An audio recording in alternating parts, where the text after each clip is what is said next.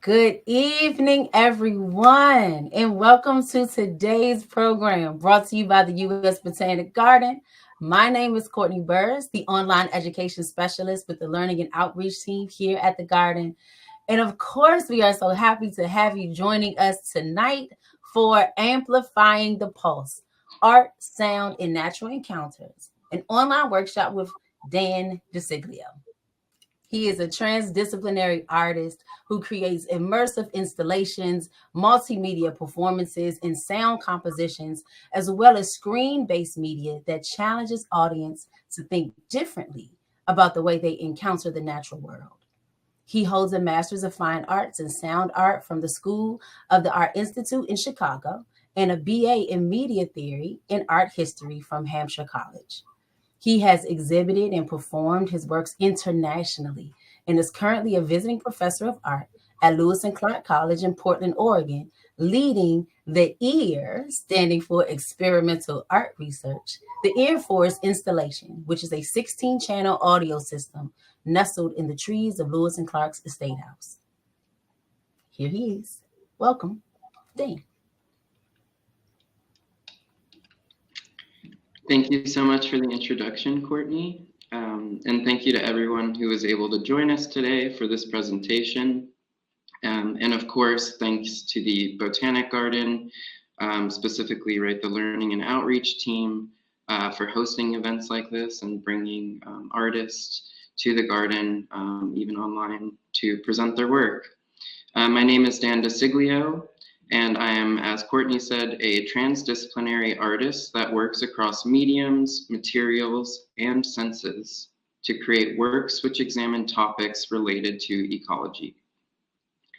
I work with and for non-human subjects such as trees, plants, and bacteria to create technologically driven artworks which challenge my audience to encounter the world differently, acoustically, perceptually, and ontologically, according to the techne, the making of the artwork itself.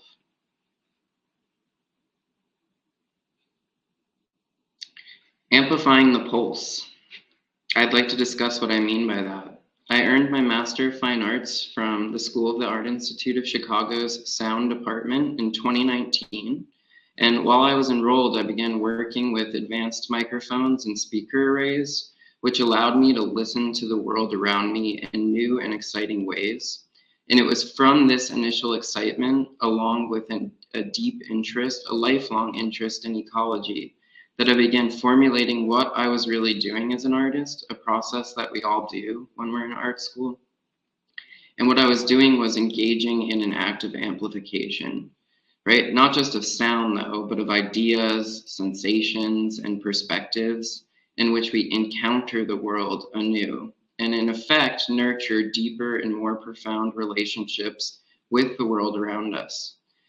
I wasn't interested in simplifying concepts of nature. Instead, I was driven to utilize technology to complicate our understanding of the non-human world by creating sensory experiences which would be otherwise humanly inaccessible.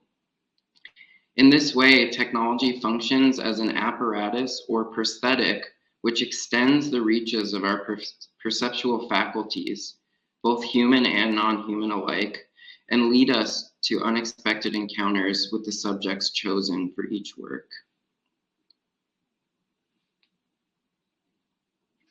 What is an encounter? I keep saying this word. Well, it can mean a lot of things, but for my purposes, I'm referencing a concept outlined by the French philosopher Gilles Deleuze, who describes an encounter as a disruptive event in which our expectations of something are exceeded or challenged. According to Deleuze, an encounter is the antithesis of recognition, that is, of a passive mode of existence in which our expectations are met and reaffirmed. To encounter something is to be shocked or awoken out of passivity, so as to induce a mode of difference in which thought actually begins. And that's to suggest that when we're passively moving through the world, we in a sense aren't really thinking. We're just acknowledging things we already know. It is only when we're disturbed from these passive cycles that we engage in real thought. These experiments don't transcend us above life. My work doesn't seek to transcend anyone above life or the world around them. Instead, I'm looking to sink people, my audience, deeper into life, reminding them that the world is endlessly surprising. And I think we must risk our assumptions. I think that's vital.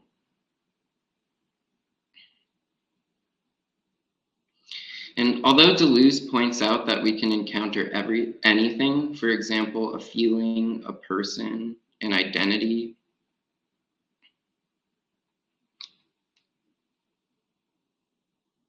I am most interested in catalyzing encounters with non-human subjects. How can artists reveal insights and perspectives of the non-human world which exceed our understanding of it and challenge us to reconsider our relationship with it? As I have suggested, I am particularly interested in technology's potential for generating these kinds of experiences. In a sense, what I'm trying to do is to utilize the encounter as a concept to generate new modes of naturalism, new philosophies of the non-human world, in which hierarchies and classifications are replaced with just and immanent planes of existence, in which the boundaries between different subjects, human and non-human alike, are dissolved into flows, which fold into each other in unexpected ways. And I believe that there's an urgency for this kind of work, a crucial, critical urgency. Culturally, we're by default led into passive relationships with the natural world, right? Which is reduced to a value system. The world around us is presented as a resource for our taking. That's actually how we construe it, right? Largely, rather than an ecological player in our reality. The tree as wood for building a home, the ocean as a dumping ground for our waste, the animals as livestock to feed our families. And I'm not arguing that we should all be vegetarians living in houses built out of mycelium. Rather, I'm pushing back on this human-centric, the term for that would be anthropocentric, worldview that has paved the way for mass extinction and an urgent climate crisis.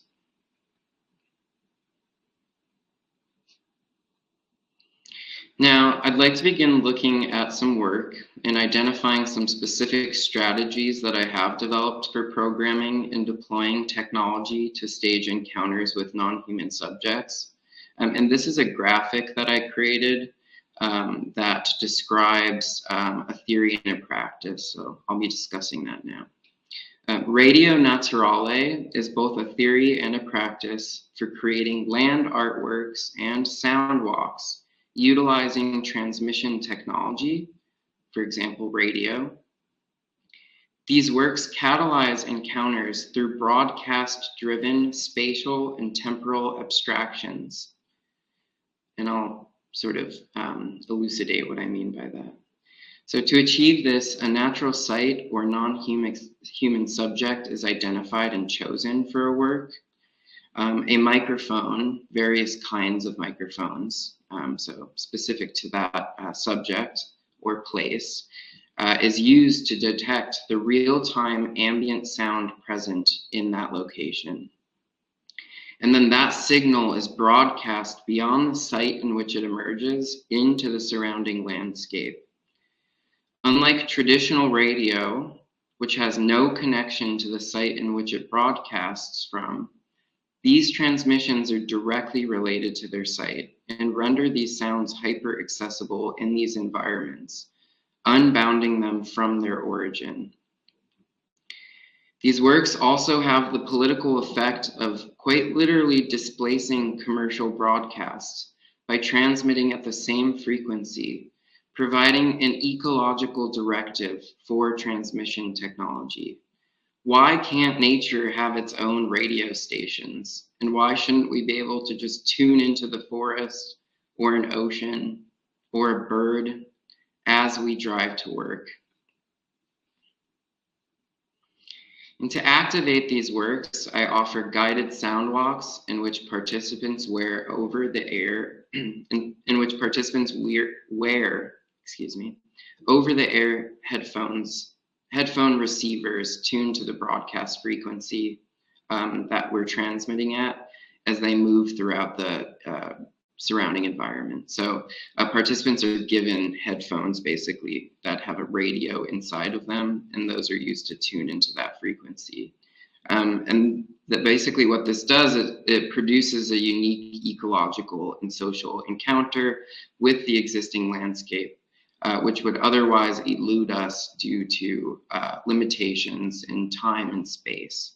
So we can listen to something in real time, but we're not required to be next to that sound source.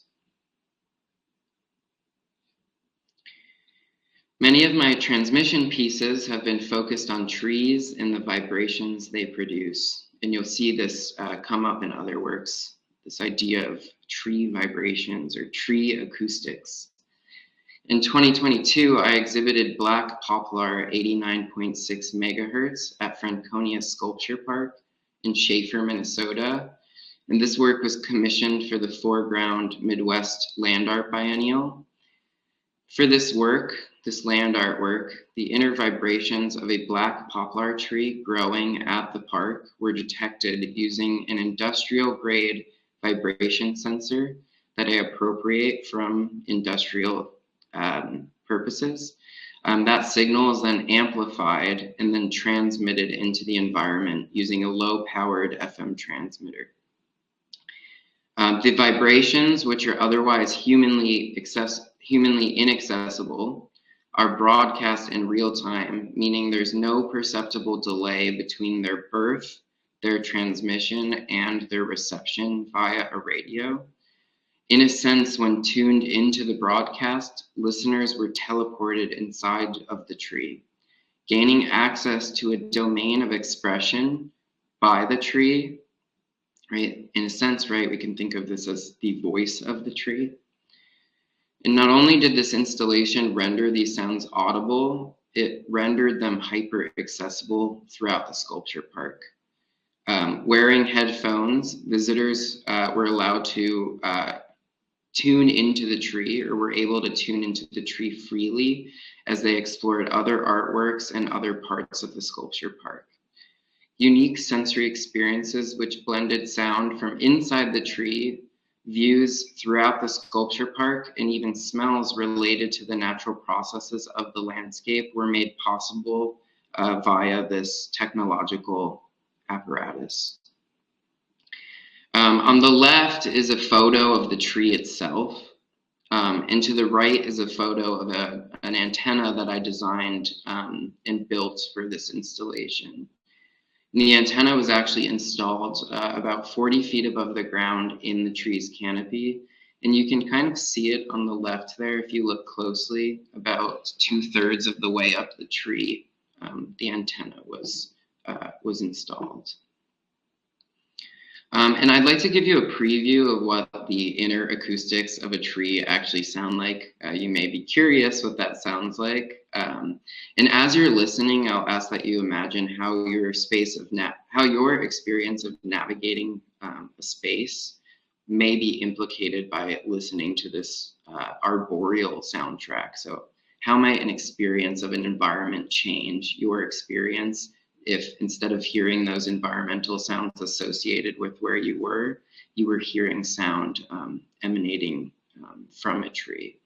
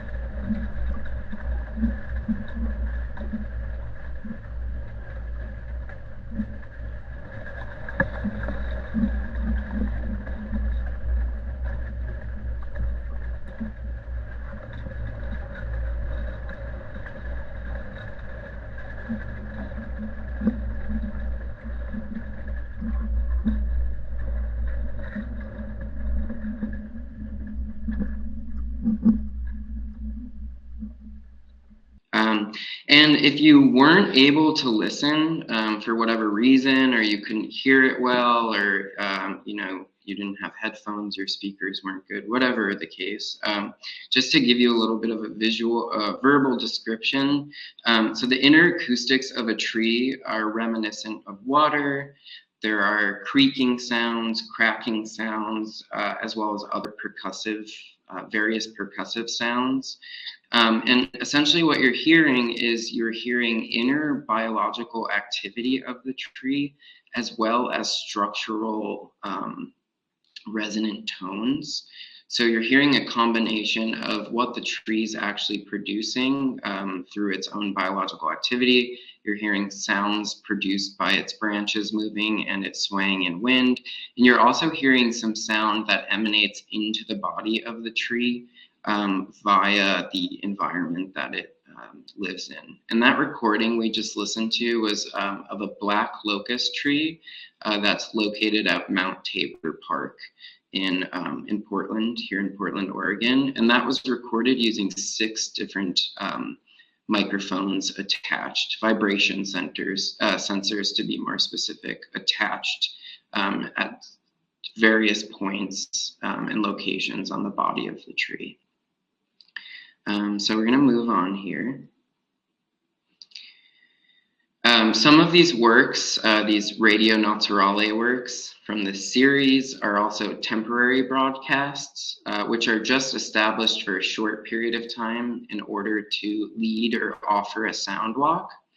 I describe these technologically driven sound walks as transmission walks, and I've led them in numerous locations so far around the Pacific Northwest, including the University of Puget Sound, the Bloedel Reserve in Bainbridge Island, Washington, Hoyt Arboretum in Portland, Oregon, and Lewis and Clark College, where I teach.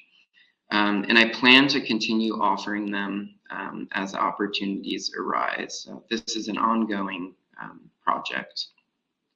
And just to clarify, the difference between black poplar and these transmission walks is that black poplar is more of a semi-permanent installation that's ongoing, whereas the transmission walks are temporary events that are just usually up for about a few hours.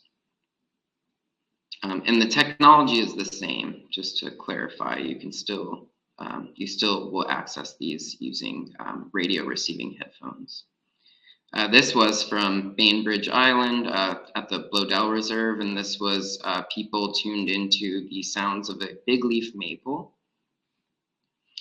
Moving on, I've got another image here from the Bloedel Reserve, and this is a document from a transmission walk of a beehive, and this is me with the beekeeper. So yeah, one notable example, obviously sound walk at Bainbridge Island last October for an event called Uplift, Collaborations with Nature. It was an artist event hosted by Bloedel Reserve. And for the event, I offered 3 transmission walks, one which transmitted the live inner vibrations of, as I already stated, a big leaf maple, one that transmitted the live sounds emanating from inside of a beehive. Here you can see documentation from that. And one that transmitted the live sounds of a pond that was home to numerous species, including frogs, fish, and a blue heron. And when I organize these events, I like to engage with the specialists who help make this work possible. That's a sort of a really important part of this work for me.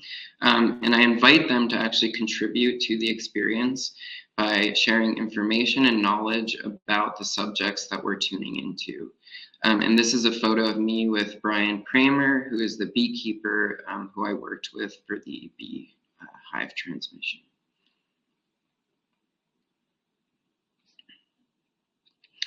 I've also used transmission technology to offer group listening experiences in community-oriented events. This is a photograph of a listening activity and sound walk that I offered to Portland Public School students at Hoyt Arboretum. And that day we were listening to the sounds of a young red cedar tree. I thought it was nice that the tree was young because the obviously listeners were also young.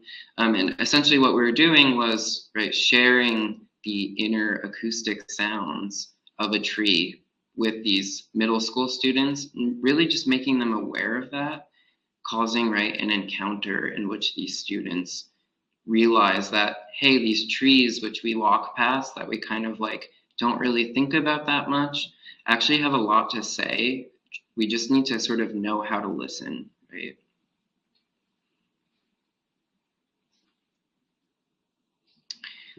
So sort of changing gears a little bit, another strategy that I've devised in order to stage encounters between my audience and non-human subjects is through the use of techno-organic apparati. So this work is entitled Cacti Cartridge Music.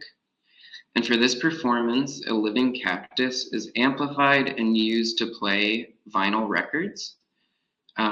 It's not the first example of a cactus needle being used to play a record. In fact, some audiophiles were actually known to use detached cacti needle on their record players. So they would take out the metal record needle, phonograph needle, and would replace it with a cactus needle. But for this technique, I don't actually have to detach the needles. This technique leaves them intact, right? It leaves the cactus intact, and instead opts to just amplify the entire cactus. And what this does is it makes the cactus, it turns the cactus into a multi-needle phonograph cartridge, capable of tracing numerous grooves at once, opening up the medium to new play styles and experimentation. There's actually a really rich history of record experimentation in the sort of realm of sound art. There's been numerous experiments with different ways of playing records, of using record players,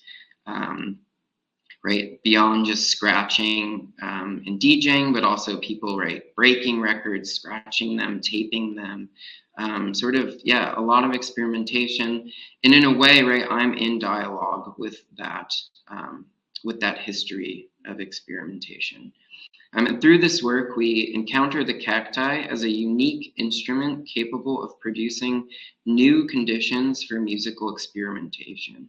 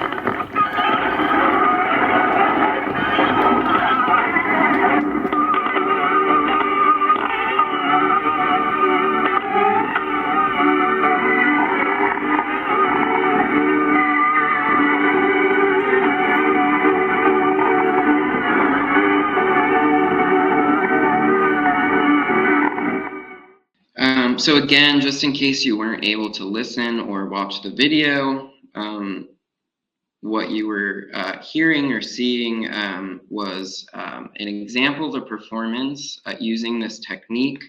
And this is an ongoing performance series, so there are different iterations and variations of this practice. And each performance is a bit different. And for the example that that you saw, I was using a loop pedal to build up and layer the sound. And that was just an aesthetic choice, but of course, not the only way that this could and has manifested. So I've used different cacti, different records, different sort of orientations, and this is just sort of an open-ended process for creating a musical performance or sound-driven performance.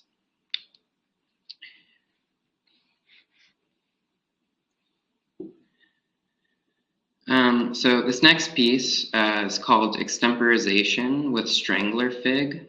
And for this work, this is a performance that I created in collaboration with German-based artist Lucinda Dehu. And it reveals another strategy for encountering the non-human, which is by framing the non-human as an artist capable of engaging in cross-species collaboration. So what does it mean to think about a non-human as a subject capable of creating art, specifically capable of collaborating with other artists, human artists, to enact an artwork? We've done this work numerous times.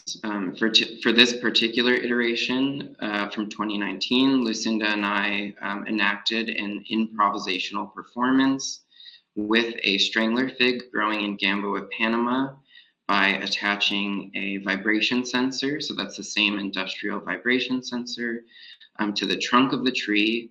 And then we proceeded to percussively respond to the vibrations that the tree produced.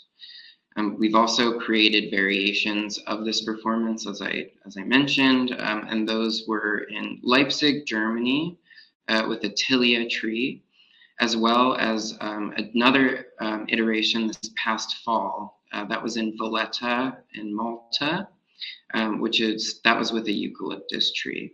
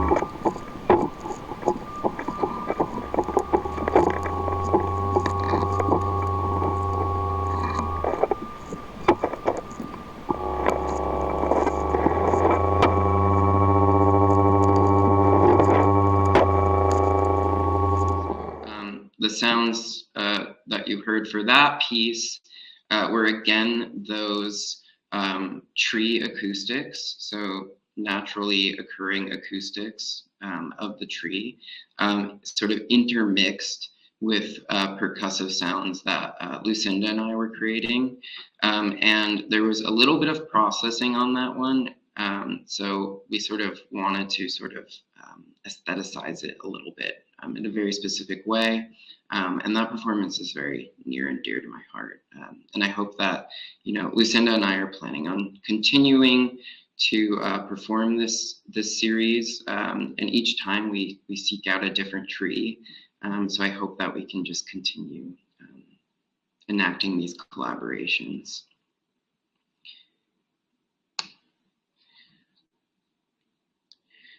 So moving on, I've also created works in which we encounter the non-human world as an audience with unique sensibilities, modes of perception, and tastes. So imagining the non-human as something, right, as a subject that can receive a work of art or can be an audience for a work of art. So what does it mean to make a work of art for a non-human? And this piece is called Recitation for Begonia, Euphorbia, and Guiana. It's from 2018. And this was a sound performance delivered to a botanical audience. So a sound performance for a botanical audience, these three plants. And for this work, I implemented a bioacoustic filter, which allowed me to process my voice and remove all frequencies which fell outside of a plant's acoustic sensibility. And the filter uses something called Fourier fast transform, which is shortened to FFT, to produce an acoustic, a spectral analysis of an incoming signal. And for this performance in particular, that was my voice. And that analysis was then filtered according to data appropriated from research, which investigates the frequency responses of plants and then resynthesized them in a process called RFFT for my human audience. This video documents the performance and also serves as an for my human audience, this video documents the performance and also it serves as an approximation of how my voice would actually sonically be perceived by a plant.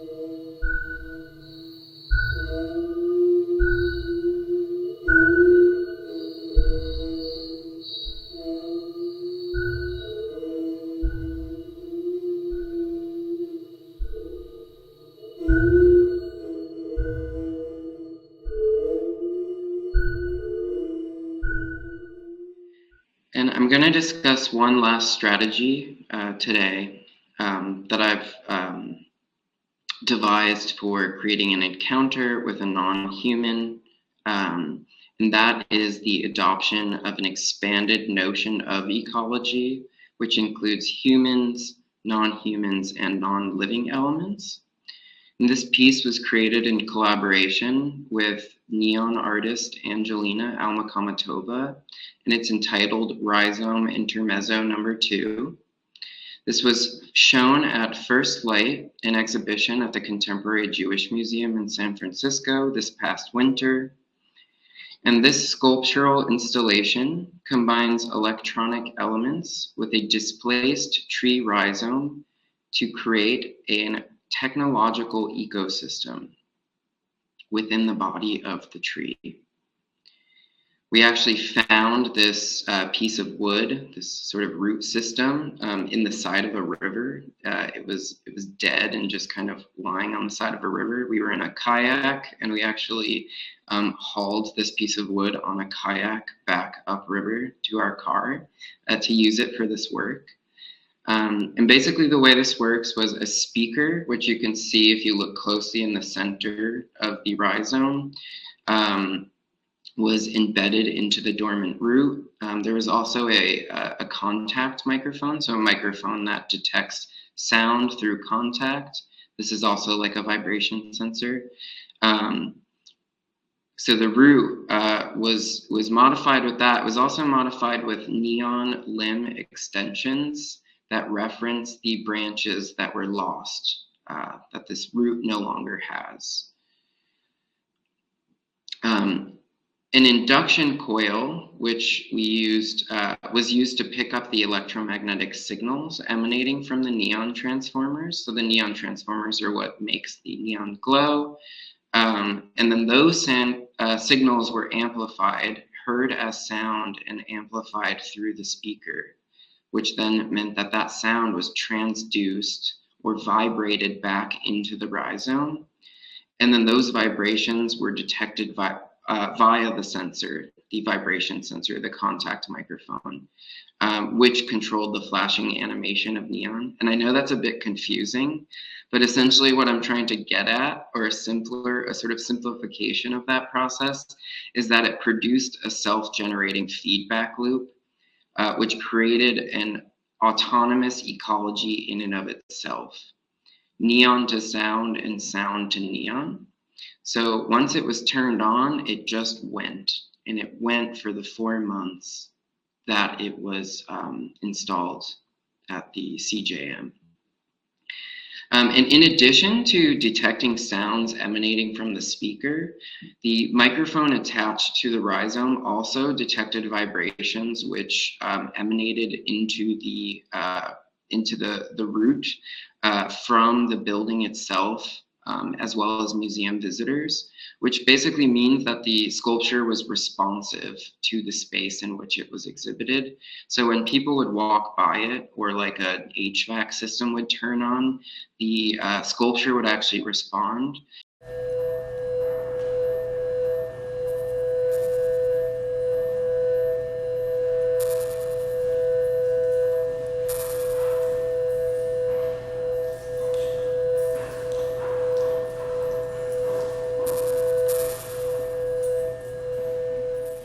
Dan, this is fascinating. Thank you. I mean, each time I see it, I'm like, I have so many questions because it's such a delightful encounter, because people don't think immediately tree sound. That's not normally a relationship, and to see you explore the relationship in this way from so many different angles is quite fascinating. Quite fascinating. I have a question. I know folks will have questions in the chat. You all, please feel free to go ahead and drop your questions in the chat for Dan. But I just gotta ask, man, like, when did you begin this exploration with sound?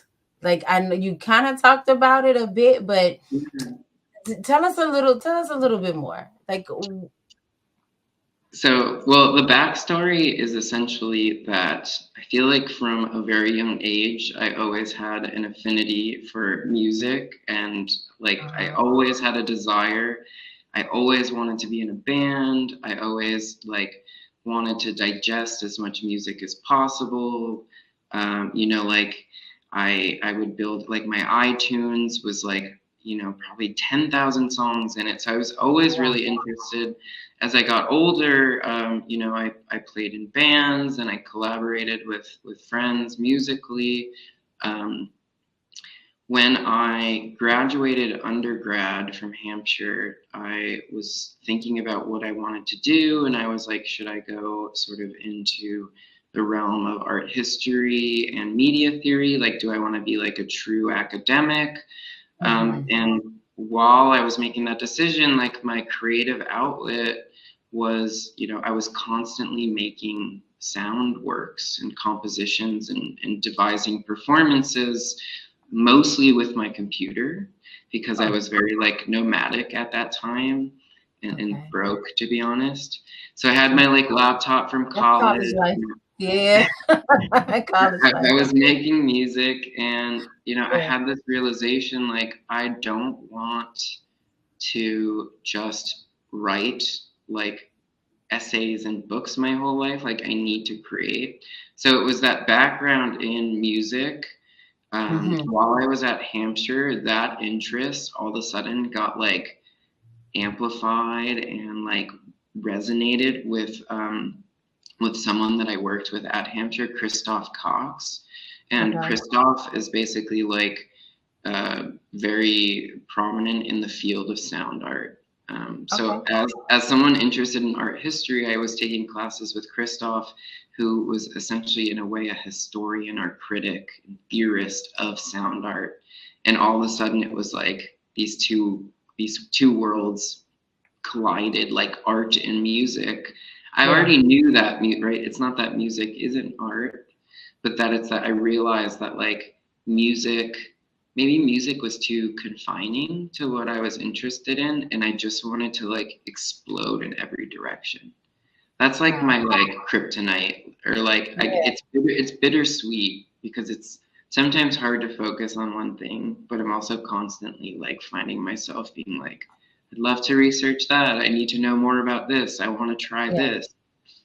So I wonder, like, if your locations have much to do with it too, right? You lived in places surrounded by trees and nature, like Western Mass Portland, and but you've also lived in big urban areas with more limited access to nature. So I'm really glad you brought that up, because actually there's Yeah. something very pertinent there, which is that I literally, I don't know that I would have like, this all really, really manifested because I was in Chicago. Mm-hmm. It wasn't being in Portland, or when I was living in Western Massachusetts, like the significance of nature in my life, it was Yeah. there, but I wasn't aware of it. It wasn't Wow. until I was in Chicago in this concrete desert that I was like, I was doing everything I could to be closer to nature. I mean, I quite literally had like 150 house plants. I had fish tanks. I had all I had in my backyard was like a dirt gravel lot, and I was Yeah. like building vegetable gardens and like these crazy raised beds that were, lifted off the gravel, to do anything I could to sort of like surround myself with life, Yeah. with natural, yeah, with the natural world. And I really feel like Chicago is a big part of that. So in addition to my artistic research practice, I also teach, as Courtney mentioned before, and I mentioned also. I'm a visiting assistant professor of digital media at Lewis and Clark College. This is my third year now. Um, and at Lewis and Clark, I also serve as the co-director and co-curator of the Experimental Art Research Forest, which is shortened to the Ear Forest. This is our logo. And I work alongside my incredible colleague and associate professor of sculpture at Lewis and Clark College, Jess Perlitz. This is Jess and I. I would not be able to do this work without Jess. She's a great, incredible person to work with. And this is just some documentation from an event at the Ear Forest. So together, Jess and I facilitate and oversee the Ear Forest. And the Ear Forest is a 16-channel amorphous speaker array and space for creative research located on Lewis and Clark College campus. The Ear Forest creates a space in which students, artists, community members, and non-humans alike can engage in creative experimentation together, with the belief that art can catalyze and nurture more profound connections with the natural world, much like my own practice. Unlike a traditional exhibition space, The ear forest is installed along a rugged path in the woods behind the Fields Art Center, which is the building that the art classes are held in at Lewis and Clark. Each of the 16 speakers can be addressed independently of each other, meaning that each speaker can play back a discrete sound. So that basically means that the first speaker could be programmed to play the sound of water, the second speaker could be programmed to play the sound of a bee buzzing, and the third speaker could be programmed to play a twig snapping. But a single sound can also be played through all of the speakers simultaneously. And the system also supports silence, sequencing, as well as any combination of these strategies. And this allows for many different composition techniques and supports the discovery of new ways of listening. We expect future students and artists to conceive of and realize new modes of engaging with the system as we continue to allow the space to evolve. And here's just a map to show you the general shape of the space. And this is what we give artists when they're planning their own installation. And we've actually uploaded this to the, if you click under apps and go to handouts, that PDF is in there for you. I think it might be a JPEG, nonetheless. For a listener, walking through the ear forest is a dynamic and indeterminate or chance-based experience. Typically, multi-channel speaker arrays like this are mathematically designed and precisely arranged in a circle, and they point inward, focusing the sound on a single central location, in essence bombarding the listener from all directions. And the ear forest system is not arranged to target a central location. Instead, it presents an abstracted, free-flowing arrangement of speakers which don't prioritize any listening experience over another. And that also allow for the audio to be integrated into the environment more thoughtfully and with more care. The ear forest presents a more indeterminate experience that the listener has autonomy over. They, in a sense, become the playhead, moving along the path at their own pace and according to their own flows. And oftentimes people stop and sit below a speaker. Sometimes they lie between two and hear the blending of sound between two speakers. And the ear forest isn't designed to compete with natural sounds. It's designed to engage in a sonic conversation with them. So, right, to work both with and against those sounds, rather than just suppress them. Here is some documentation from our official launch event last year. This was fall 2023. If you look closely, you can see speakers, and they're all of the speakers are mounted on trees.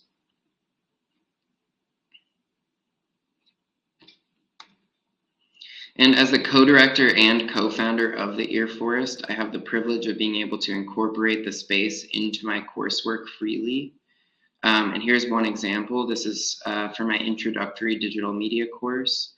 For this assignment, each student is given one speaker in the Ear Forest and they're asked to identify a site on campus which exhibits both natural and unnatural sounds, and to create a 2 to 3 minute sonic meditation using recordings they capture with a digital audio recorder at their chosen location.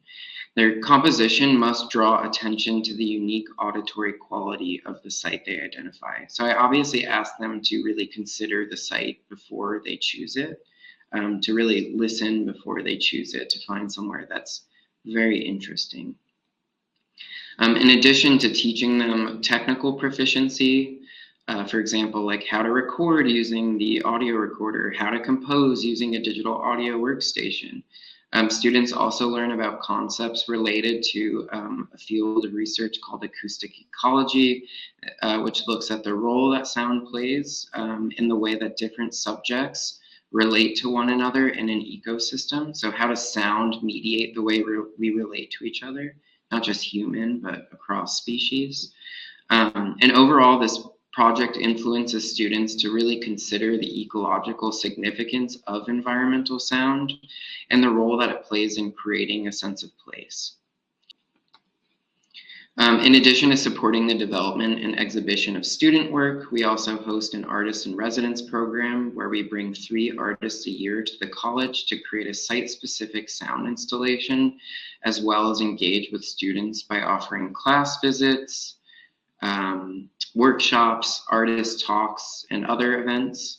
And here are 2 of our residents thus far. This is Beth Stevens and Annie Sprinkle on the left, and they were in residence spring of 2024. And on the right, this is Portland-based artist John Niekratz, who is our current artist in residence.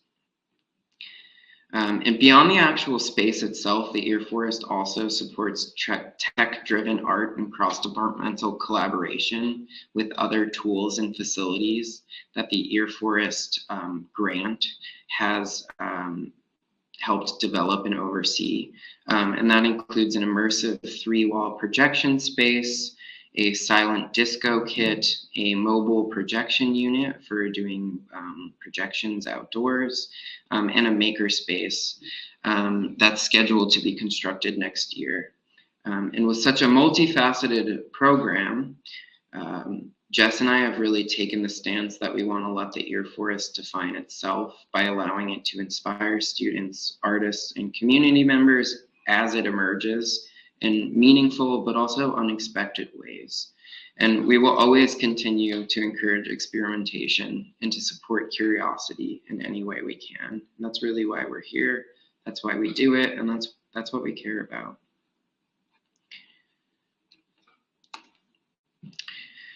So in conceptualizing the Ear Forest, defining what it stands for, we've been very influenced by the work of Pauline Oliveros, who's a composer, multi-instrumentalist, and humanitarian behind deep listening. Deep listening is a practice which outlines strategies for having a more attentive and active relationship with sound. Oliveros's work is also the influence behind today's workshop. So we're sort of going to segue into our workshop shortly. Deep listening is a practice which draws attention to the difference between hearing as a passive engagement with sound and listening as an active, intentional engagement with sound. Oliveros explains that deep listening, quote, is exploring the relationships among any and all sounds, whether natural or technological, intended or unintended, real, remembered, or imaginary. Thought is included. Deep listening includes all sounds expanding the boundaries of perception. That's end quote. For the artist, for Oliveros, deep listening signifies what I describe as like a primordial return to our ears as a point of access, right? As the ear is a point of access to more profound encounters with the non-human world, sort of similar to the way that I think about it. And this practice also has a significance beyond auditory perception. It's an ecological act which just generally enables more meaningful connections with the world around us. Deep listening shows us that by listening, we can become more attentive to the significance of sound in our environments. And the Ear Forest strives to support work that kindles these kinds of explorations. Our interest was not in creating a space which drowns out the sounds of the environment in which it exists. Rather, we wanted a system that would allow artists to function with and alongside the ecosystem of sounds already present. We also just wanted to get artists outside, right? Just get outside and make work outdoors, for outdoors, that's about the outdoors, that has sort of nature at the center. And I think it's important to mention deep listening acknowledges that our soundscapes consist of both natural and unnatural sounds. And I think sometimes when people talk about deep listening, it's kind of like it's a romanticizing of a soundscape or of our soundscapes. But I don't mean to suggest that, and I don't believe that. And I don't think Oliveros argues that either, because, you know, in order to improve our sound environment, We must fundamentally understand our sound environment as it exists now. Deep listening is a practice that supports the discovery and development of techniques which allow us to listen more closely to the world, broadly listen more closely. And it doesn't emphasize natural sound over unnatural ones. Instead, it promotes awareness of all sounds. And in understanding our acoustic environments with greater clarity, we can work towards a future where we dedicate more care and love toward this auditory domain. Now, obviously, there's an evolutionary consideration in a busy world. Passive hearing is in a way a defense mechanism, right? Like we're constantly bombarded by a homogeneous cacophony of noise. And we often ignore that because it's overwhelming. But deep listening is a process for slowing that down and parsing that cacophony back into discrete parts. And the last thing I'll say before we move on to our workshop is that the Ear Force reveals that technology can, in fact, right, it doesn't always have to separate us or place distance between us and nature. I think that's what we're kind of told often. But the Ear Force, right, really reveals that if we configure technology correctly, we can support new listening experiences or new engagements with nature, which transfigure the way that we experience it. For the Ear Force specifically, which transfigure the way that we experience the forest itself. So each work, in a sense, really makes us understand the forest better and changes how we perceive it. We are going to start our workshop, and I think it might be best to save the second kind of Q&A for the end. So I'm going to introduce the workshop. We're going to be creating a speculative ear forest installation. Speculative, obviously, because we can't all be in the ear forest today, meaning that you're going to be essentially creating a blueprint or an outline for a sound installation. This is going to be a lot easier if you have a pencil and paper. So if you do have one, if you want to get that now, or maybe wait a moment after I finish this description. If you don't have one, you can still participate, but it will help a lot. Your task is to imagine an ear forest installation which recreates the soundscape you are currently in. You will assign sounds to each speaker according to the way that you are experiencing them in your current location. And you should provide as much information as possible. And to attune ourselves, our ears for this workshop, we're going to begin with a guided listening exercise in which you will begin parsing out, or you will parse out, the individual sounds which make up the ebb and flow of acoustic information buzzing all around you right now. And you can also include sounds which you expect to be there, want to be there, or even sounds which you may be hearing in your head. And you're going to use this template on the screen as a guide for creating your speculative installation. This is just an example. Yours is going to look different. You won't have the description text, and you won't have this descriptor word bank to your right. As you create your blueprint, you should consider several elements. How loud would each speaker be? And you can describe that or visualize the amplitude, which is the acoustic term for volume, of a sound by changing how large the circle in which you enclose the sound source is. And just to clarify, those are the speakers. So you'll write the sound source inside the circle, and that is the speaker. Number two is, what's the directionality of the sound you're hearing? Is it directed towards you or generally emanating in the space? And you can show directionality by using arrows, as I've done in the example. Three, are the sounds overlapping and blending together, or are they kind of discrete? And you can use overlapping arrows to describe the way that they blend together. Four, is the sound static and constant, or is it periodic? Meaning, can you hear the sound continuously, or are there moments of silence between each time that you hear it? And you can write S for static or P for periodic beside each speaker. 5, what is the quality of the sounds? Can you think of any adjectives that you could use to describe them? And you can jot those characteristics beside or below the speaker. There's no wrong adjectives to describe sound, but as you've probably noticed, we don't have a great vocabulary for sound. Whatever comes to mind is valid, a valid description, but I've also included a word bank to the right that you can pull from.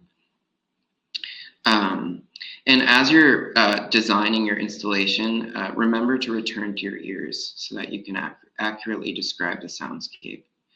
So just to clarify, we're going to move in 2 parts. The first part will include the guided listening exercise. We'll spend about 2 to 3 minutes listening. Following that listening period, you will begin designing your outline.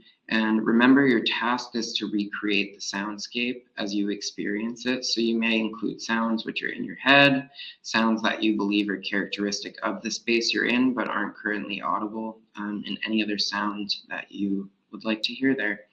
There are no wrong answers. So everyone ready? We are going to begin listening. I'm going to walk us through this, and then I'm going to check in when you should begin working on your blueprint, and then I'll check in again when we'll all return. So begin by getting comfortable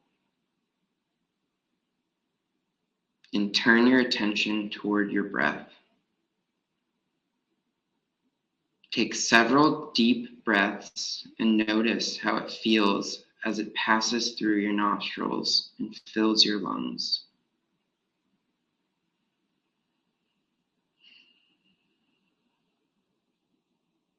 Continue breathing, and if or when you're comfortable,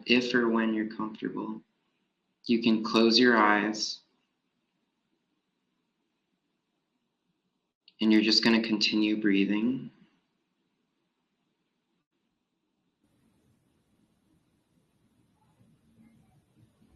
And you're going to slowly begin turning your attention away from your breath and toward your ears.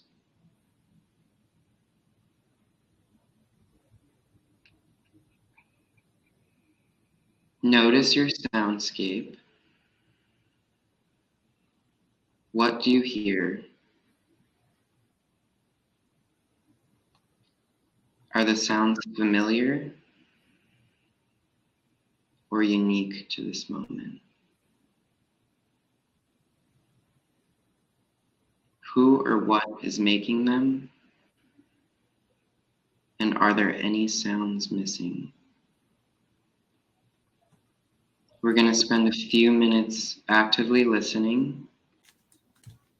And I'm going to ask if you can see if you can identify 6 discrete sounds. And if you're having trouble identifying that many, you can fill in your outline with sounds you would expect to hear or remind you of that space.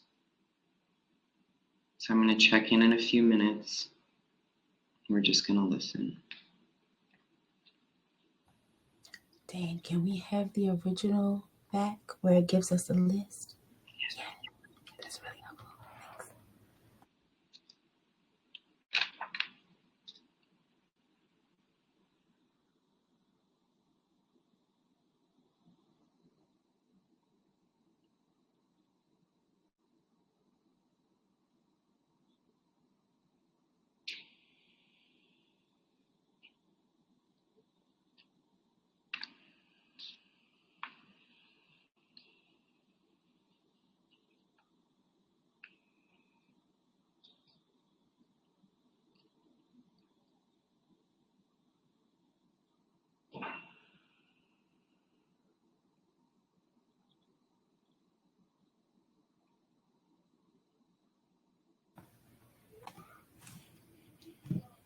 Thanks. And just for time's sake,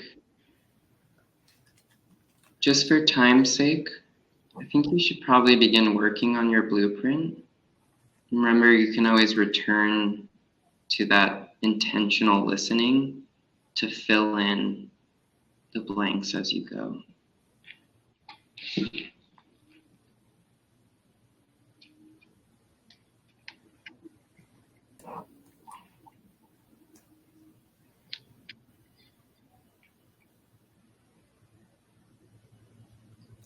Hey Dan, what's the word for when you hear it and then you don't hear it anymore? I think you explained that. So that's going to be, you can put static Okay. or periodic. Periodic. Yes. Yeah.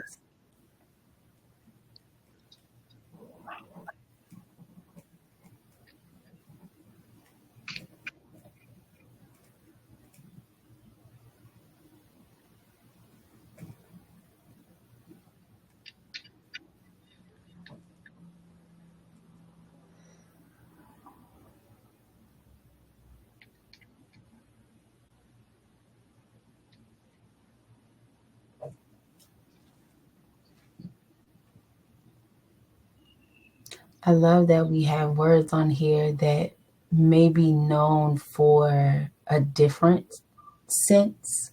So, like smooth, right? You think of what it feels like, right? But actually, something can sound smooth or it can sound sweet and you think taste, but it also applies to sound. And that's really cool.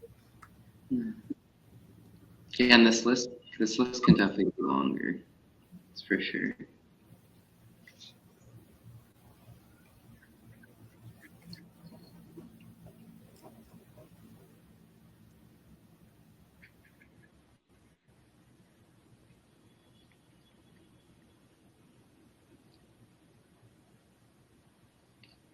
So maybe we'll just spend a couple more minutes. This is just because of the time constraint. I just wanted to give people a chance to share.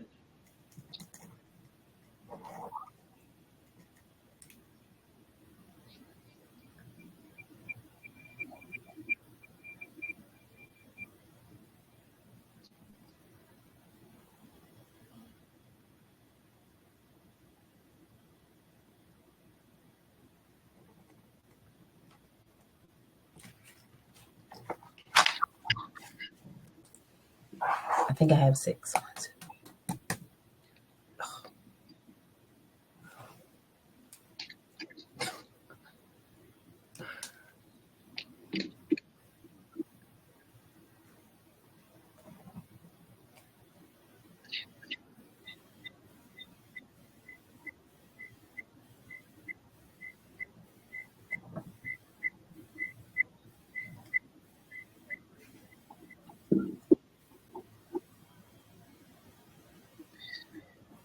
And obviously, you might imagine something that you would want to do when you have a lot of time, when you have like a true an hour to Courtney's fast. You might I've had a little practice with this, so you know. yeah. Some of us, you know, it might require a little longer. What we've done is we've included this graphic. So feel free to, you know, you can save this to your computer and you could do this experience again. And if you also go to apps and go to handouts, there is a handout that's called the Pocket Guide for Deep Listening. And I've created that for you guys today. It is wallet sized and you can actually download that and print it out and put it in your wallet. And that's just going to be a little guide that you can reference the next time you're outdoors or somewhere interesting, sonically interesting, and you kind of want to remember some of these strategies.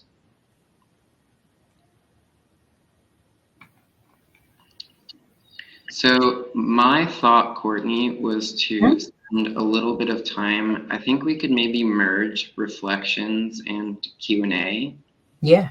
And just give people an opportunity to kind of like check in, ask questions, share what that experience was like for them, what their map looked like.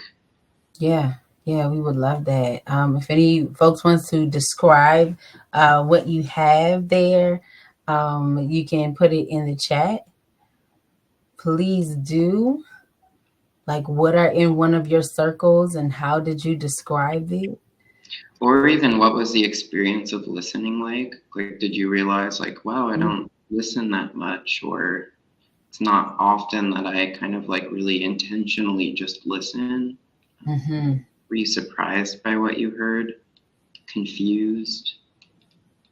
Yeah, when we first did this activity, I did feel the difference. I just didn't know how to describe that feeling, like Mm, that attentiveness that had never gotten my focus and hadn't gotten my energy in that way before. mm, You had explained to me, and if you don't mind bringing that back up, you had explained to me why this is such a beneficial practice. yeah. Um, yeah, can you? I can feel it, but I don't have the Dan words. You have Mm. the Dan words. Yeah, I mean, I think maybe what you're getting at is, why may this practice have like originated or like emerged in the first place? In the 70s, there was a book that came out called Silent Spring. It was a book that was written. It was basically talking about the quieting of spring, that was a result of pesticides and like insect control. So I know like my parents' generation, I always hear people talk about like when they would spray, I think it was DEET, they would just drive around and spray DEET and it would get rid of all the mosquitoes. But what they found, it was also killing birds. It was Mm, killing, like good bugs, bees, and it had the effect of suddenly like our springs actually got quieter. So right, deep listening is kind of like a response to the quieting of Earth. It's a response to the loudening of Earth. Like in a sense, you could say the natural sounds of this planet have gotten quieter, while the mm, artificial sounds have gotten louder. And deep listening is not about saying like, let's go and listen to this like protected land and just enjoy it. That's of course a totally valid way to practice deep listening, but it's also a way of just like parsing out the individual components of what we're hearing, of taking that big like barrage of sound that like dumped over us and making it so that we can really understand what it is that we're hearing.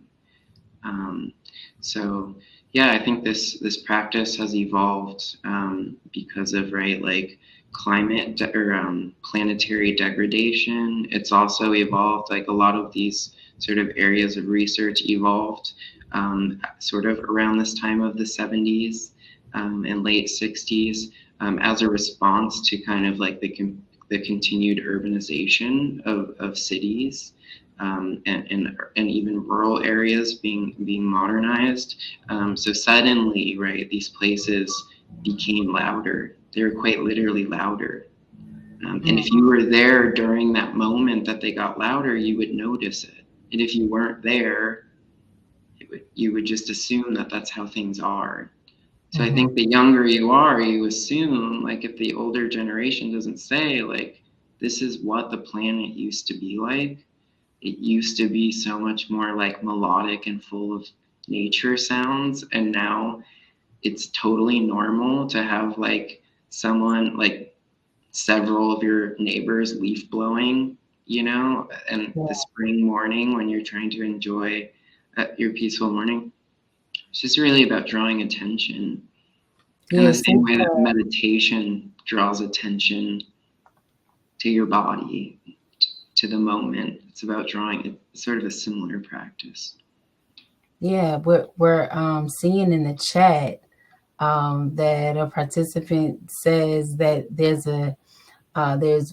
DDT. DDT. Yeah, that was the chemical. DDT. Oh, okay, that was sprayed. Oh, and I guess it was 1962. Thanks for that.